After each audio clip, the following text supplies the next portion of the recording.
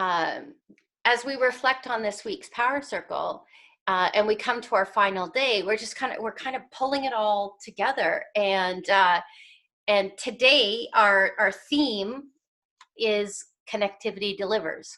So there's the whole point, and it really is taking that next step further around our big potential. So I have the pleasure today for those of you who have made the effort to join us live this morning. Thank you on an early Saturday morning, as well as those who will watch the recording later, to welcome my dear friend, Powerhouse associate, colleague, and the owner, partner of Big Beyond Connections Consulting. I'm so into big right now. Beyond Connections Consulting. A woman who really exemplifies all things connection. And Kelly, I've said it to you before and I've said it publicly, but Kelly is a lady that you feel so cared for when you're with her. And she definitely is someone who has your back. And I think that's really what connection is. I know I can be great because I have women beside me and around me who've got my back. And thank you for being here this morning, Kelly. Thanks for having me. It's been a great week. Oh, it so has. I wondered if you wanted to say just a couple of more. I mean, my intro is pretty basic, but I wondered if you wanted to expand on kind of who you are and where you see your work, like where you see your work right now as we head into 2020 and this whole conversation around connectivity. You're obviously ahead of the game. Like, you're obviously a visionary. You don't start a company called Beyond Connections if you're not a little bit of a visionary, right? So I'm just curious if anything comes up for you this morning. I think I've always had this really deep-seated belief that if you're not cared for, you're not at your best.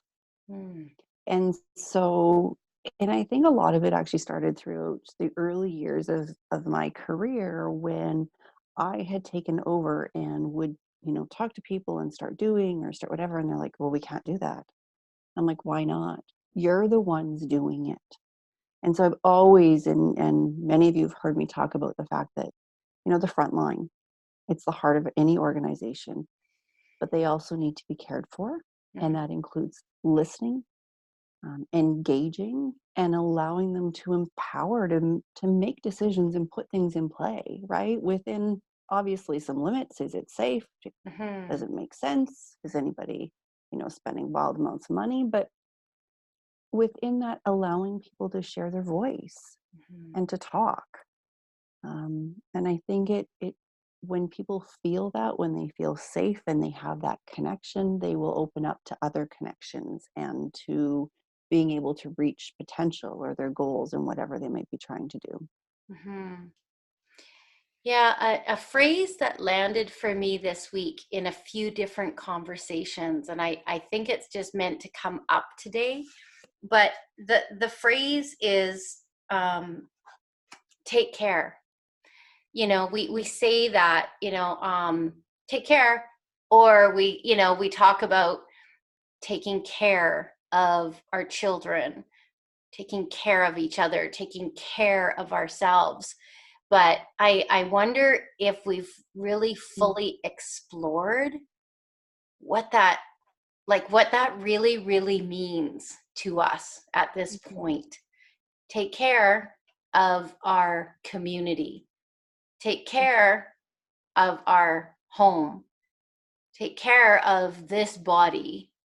We've almost used it flippantly now, right? And it's really hit me upside the head a couple of times this week. So I kind of bring that up because you mentioned it again. But I think too, what does that mean? And what does that look like? Right? Taking care doesn't mean also doing for. Right. Right? So what are we giving people the tools, the guidance, so they can go out and do it themselves too, Mhm. right? And I Mhm. think it doesn't just mean the simple things of the steps in terms of be careful, it's slippery Mhm. out there, take care, the weather's bad, grab a toque. Um, it also means giving them the skills and the tools they need and the support. Mhm. And sometimes it also means giving them the room to fail. Yeah, just enough rope. Yeah. So our question today is, how do we access the greatest amount of our potential? Period. That's the question that we really want to dig into today in the conversation, in our own work. And just set a little bit of context, we are going to be talking about um, using connection specifically to access our biggest potential. And this obviously is going to be a little kickstart for a book that you and I believe in pretty wholeheartedly, that we'll be talking about a little bit later. But I don't know if you guys had a chance to look at your outline for today, but it's basically, the whole premise of the book is we've long thought about potential as being a set of individual traits. So my potential is my potential of my creativity, my skill, my intelligence, my talent. But really, in thanks to some new research, which Shawnee Court is a researcher that combines both neuroscience and psychology with big data, we now know that our potential, our unlimited potential, is not what we can achieve alone, but together. It is determined by how we complement, contribute to, and benefit from the abilities and achievements of people around us.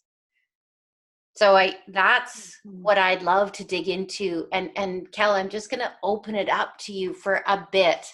Just there's the context, and I'd love to just dig into this. And perhaps there's an exercise or a question that comes forward that we can open it up for a bit as well. Absolutely. I think one of the things I just want you to kind of start about doing, and when we talk about big potential, um, sometimes we think of this absolute grandiose thing that we're doing, right? And what's important is about being realistic. So I will often talk to people, and if you can imagine yourself just for a moment, just think of yourself standing at the bottom of a staircase. Okay, what does it look like? Now, imagine that I come across and I take all the treads off the staircase. And now I'm going to ask you to reach your potential. So, imagining the top of that staircase as your potential.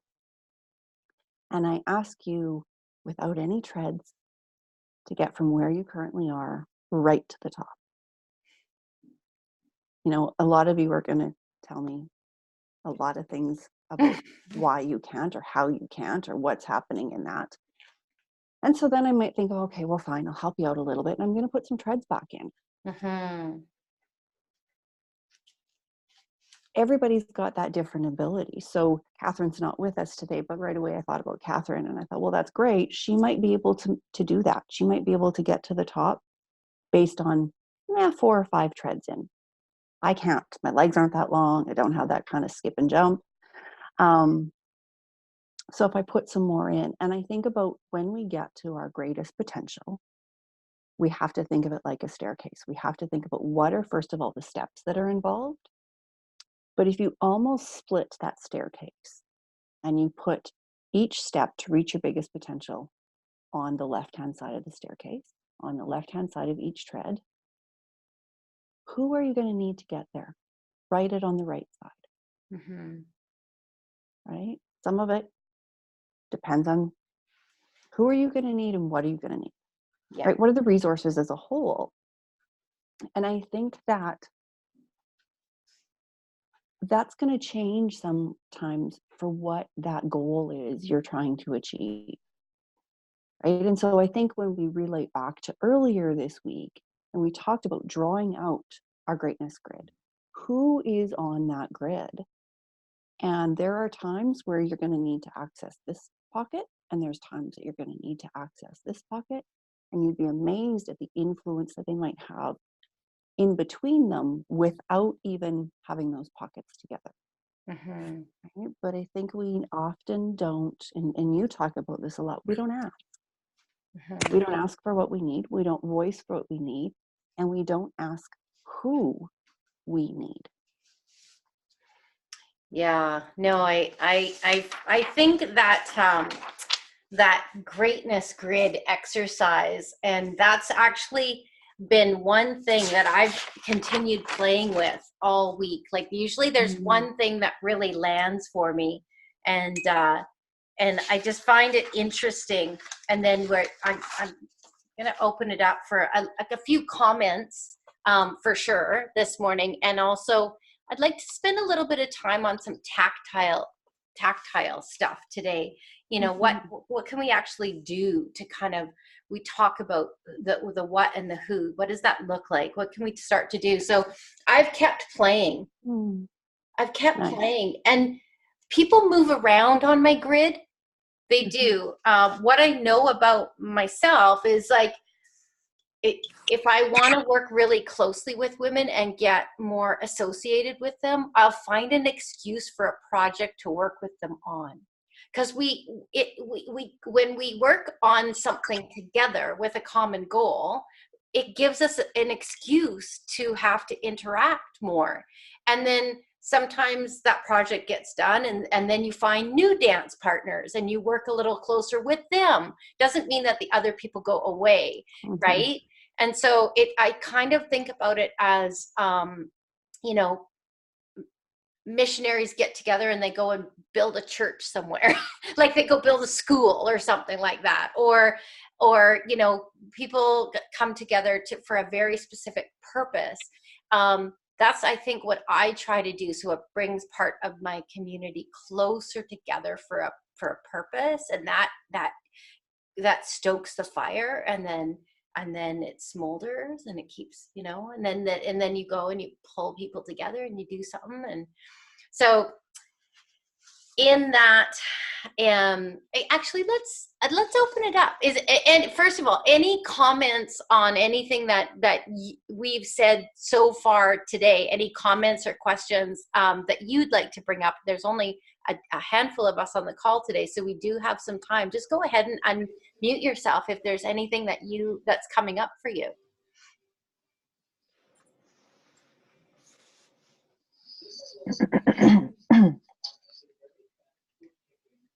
Anything coming up for you, Sharon?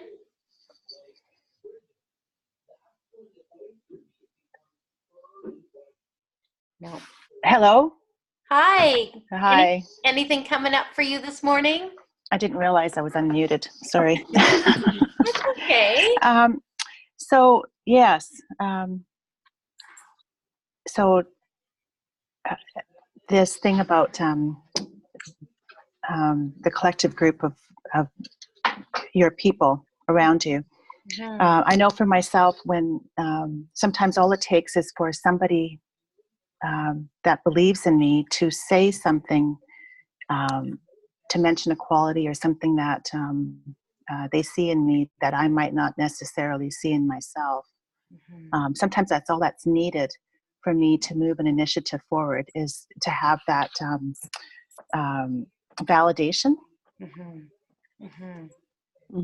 Yeah. And then I go, yeah, you're right. That's true. And then I can move forward with that, because a lot of times where we have the self-doubt and self-limiting beliefs and yeah. It's there. It's just people have to remind you. Exactly. Right? Exactly. Huh. Anybody else this morning, as you've kind of worked through some ideas around your greatness grid, and you started to explore, really kind of explore the potential of your those you are connected with, and what that, if you've started to think about that a little differently.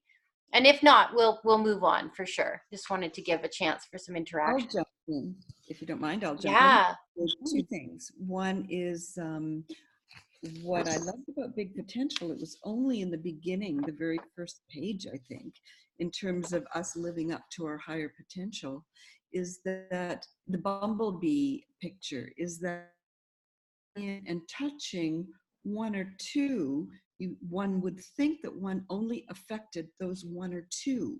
The light grows more brilliant when we connect with the bumblebees in our little immediate future or location. But really what happens is there's an energy that it turns into like 100, or it just exponentially jumps to this bigger picture and feeling of energy. Movement. I mean, that's how movements are born. You know, you think you're just affecting a small group, but we see it in community. All of a sudden, your community is shifted. So I love that. The other thing I wanted to say is most of the people in my network that I realize is they all serve double duty purposes. I have most of my people I've worked with, they are my friends because I've worked with them, and that because I've worked all my life. Like, I just love projects. So almost all my friends, I've either worked with them, so I know where they're at. I know how much I can depend on them. We've worked through some of the, kinks of sometimes difficult times in working. There aren't a lot, but, or they speak French, Every one of my friends has a double duty, even my family. Sisters, I can use them as my dumping ground. They feed it back to me the way I need to hear it. So it's just pretty cool. And that, not asking for your ask, oh man, that is so true. Like, women, we just don't say, here's what I need. Are you available to do that? Yeah. So those two things. Yeah, no, exactly. Good point. Kelly posted a stat this morning, and I was going to ask her to share it again with you verbally and comment on it, because it kind of leads into my next point around, I guess I'd say tipping point. Kind of the tipping point of affecting change, or the tipping point of mobilization, or the tipping point of projects and making change in the world. So, Kel, what was that stat again that you shared? Well, there's actually, I'll talk a little bit about one, because Dana talked about movement. And if you haven't read the book New Power, it talks about movements, and it really talks about that. And it talks about the fact that, people who are highly connected will have twice as much power as people who are not. So that's a really interesting perspective. But we can kind of circle back, and if you think about it, the quote I said was, find your 3%. So just 3% actually have influence over 85% of other people. And so if you consider that, right, and so many times you've had a day, or in my world where, my management career had dealt with people, right? And I always kind of use the 90-10 rule a little bit, right? 90% of your time is based on 10% of the people. It's true, right? So if you just think about your 3%, who are the 3% that can help influence 85% of the others? And what does that start to build upon? And what are the conversations that you will have here today that are going to influence the conversations you maybe have later today, later in the week, that you start to change your behaviors too, and that continual sense of influence. But it's also about being aware of it, right? And again, going back, how do you reach your potential, and who are the 3% of the people you need to reach that? I really love that, and I tie it into just something for a minute about Powerhouse and our work. I remember once Tina said to me, it was a couple of years ago now, and she said, you realize, Shar, that only 2% of the women you meet are actually ready to work with you. And I was like, what? and then after I, absorbed it for a while, I was like, yeah, you kind of got a point there. and that ties into Kelly's 3% rule. I really do realize that the work of Powerhouse is to support the 2 or 3% and support the ripple of the further 85% of the women that and families they touch.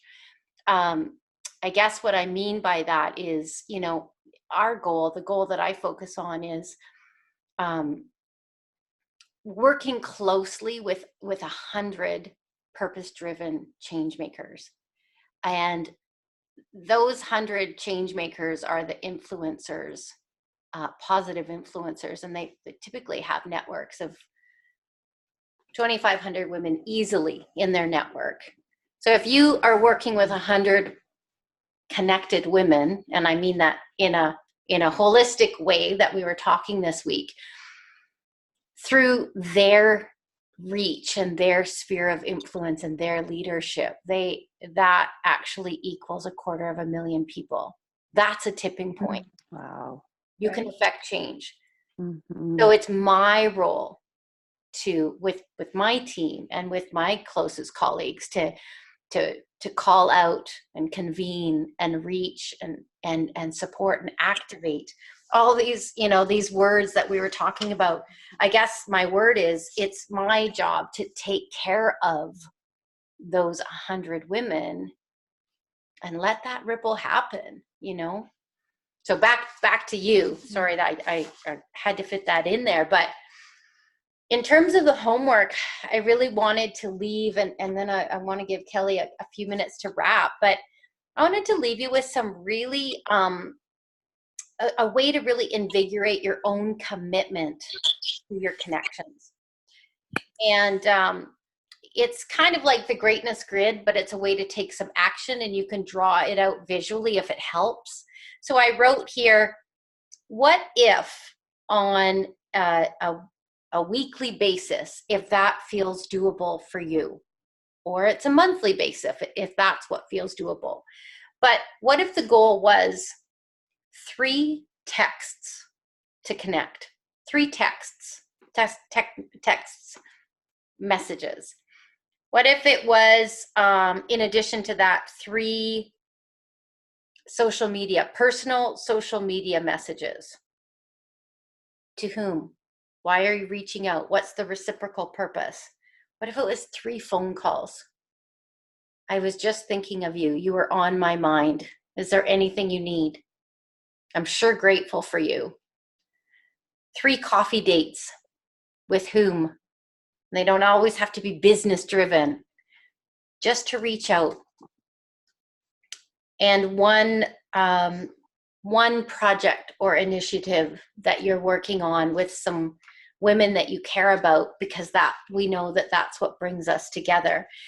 I just write that out for you because those, I think that communication is our method of connecting as humans. And so are we using our communication on a consistent basis to build out the potential of our greatness grid? Are we strategically, pardon me, do we strategically have a plan to use communication in an up-leveled way? I'm just going to mute myself, Kel, and turn it over to you. I've got a call about to happen.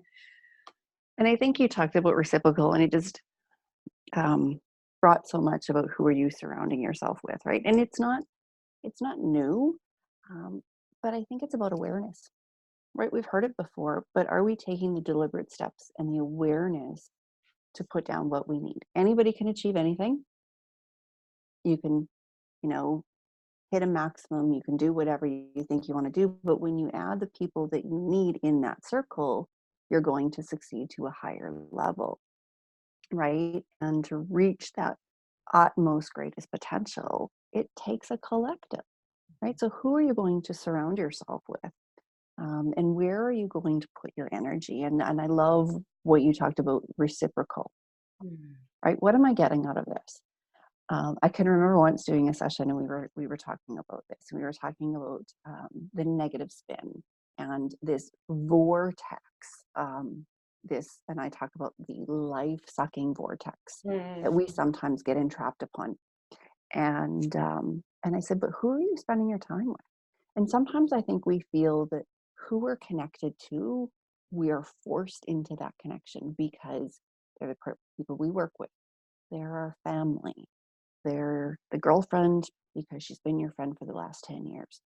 But every time you spend time with that person, you come away feeling like the life has been absolutely sucked out of you. What you're doing then. Evaluate that and find that positive connection that is going to get you to where you want to be. Right? But again, we first have to identify where do we want to be and what do we need. And finding that positive collective that is a reciprocal relationship that is going to be to the greater good, to the big potential. Yeah, I like that point, just using some discernment, because obviously part of this discussion is who are the connections that you that are no longer of service, you know, and that are actually, you know, weighing you down. I also just want to add a point here because young leaders, up and coming leaders, has really been on my mind the last couple of days. Younger women, you know, 18, 20, 22. And so I encourage you, if you have the opportunity and you're chatting to, you know, to younger women, if it's not being reinforced anywhere else, I want us to plant the seed. You know, yes, we can do anything. We can do anything. However, it is certainly more meaningful and fulfilling and rich and fun to do it with a group of like-minded people. And I think sometimes that message doesn't get across clear enough. It's not only about what we can do, but what's the experience that we're having. Are we having creating the most meaning and purpose and fulfillment and happiness in life while we're doing it? That's the point. So I thank you for the comments. Thanks for the comments, Karen. And thanks again to everyone that was able to join us live throughout the week, and also the comments that we've received on the recordings as well. This is our January 2020 PowHERcircle Challenge.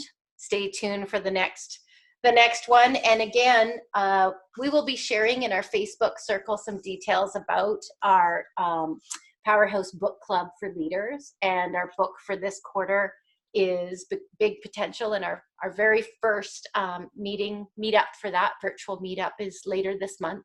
As well, starting on February 1st, we'll be launching our registration for our next live event, which is in Regina, a 2-day event, the end of April 30th, May 1st, and registration opens up February 1st with a limited number of spots. So I encourage anyone who enjoyed the PowHERcircle and wants to have these type of conversations in person to really make an effort to be there. We'd love to see you.